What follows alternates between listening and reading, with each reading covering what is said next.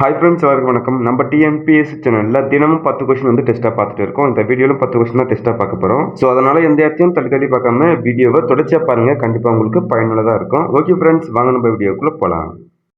இதுக்கு முந்தைய வீடியோவில் வந்து இந்த கொஸ்டினுக்கான ஆன்சரை வந்து உங்களை கமெண்ட் பண்ண சொல்லியிருந்தேன். இதற்கு உண்டான சரியான ஆன்சரை பார்த்துடலாமா? உலகினில் நாகரிகம் முற்றும் அழிந்து விட்டாலும் திருக்குறளும் கம்பன் காவியமும் இருந்தால் போதும், மீண்டும் அதனை புதுப்பித்து விடலாம் என்று கூறியவர். ஆப்ஷன் ஏ சரியான விடை, கால்டுவெல். உலகினில் நாகரிகம் முற்றும் அழிந்து விட்டாலும் திருக்குறளும் கம்பன் காவியமும் இருந்தால் போதும், மீண்டும் அதனை புதுப்பித்து விடலாம் என்று கூறியவர் கால்டுவெல். ஓகே ஃப்ரெண்ட்ஸ், அடுத்ததாக ஃபர்ஸ்ட் கொஸ்டின் பாருங்க. பாட்டிசைத்து என்னும் சொல்லை பிரித்து எழுத கிடைப்பது.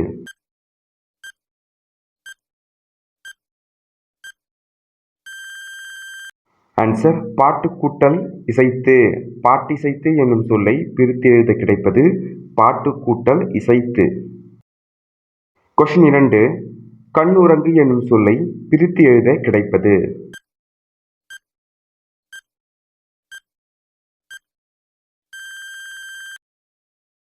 ஆன்சர் கண் கூட்டல் உறங்கு. கண்ணுறங்கு என்னும் சொல்லை பிரித்து எழுத கிடைப்பது கண் கூட்டல் உறங்கு. கொஸ்டின் 2.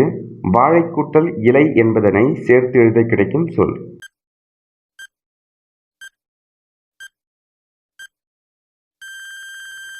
ஆன்சர் வாழை இலை. வாழை கூட்டல் இலை, வாழை இலை. பார்க்கறதுக்கு சிம்பிளாக இருக்கு இல்லையா கொஸ்டின், ஆனால் எக்ஸாமில் கண்டிப்பாக பிரித்து எழுத கேட்பாங்க. கை கூட்டல் அமர்த்தி என்பதனை சேர்த்து எழுத கிடைக்கும் சொல்.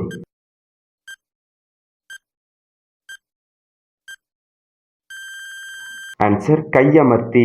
கை கூட்டல் அமர்த்தி என்பதனை சேர்த்து எழுத கிடைக்கும் சொல் கையமர்த்தி. கொஸ்டின் 5.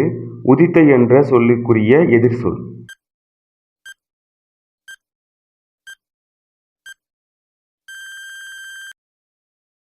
ஆன்சர் மறைந்த. உதித்த என்ற சொல்லுக்குரிய எதிர் சொல் வந்து மறைந்த. உதித்த, மறைந்த. கொஸ்டின் 6. பார் என்ற சொல்லின் பொருள்.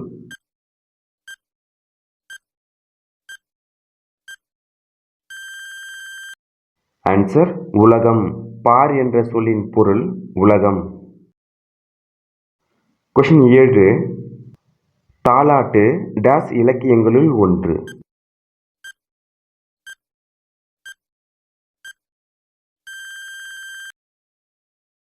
ஆன்சர் வாய்மொழி. தாலாட்டு என்பது வாய்மொழி இலக்கியங்களில் ஒன்று. கொஸ்டின் 8. தாலாட்டு பிரிக்கும் முறை.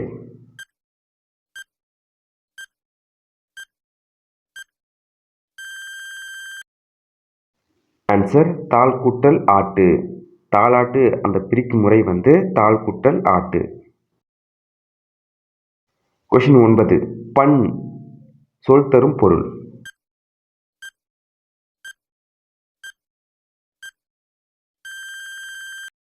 ஆன்சர் இசை. பண் என்ற சொல்லுக்கு பொருள் வந்து இசை. கொஸ்டின் 10. தாள் என்னும் சொல் தரும் பொருள்.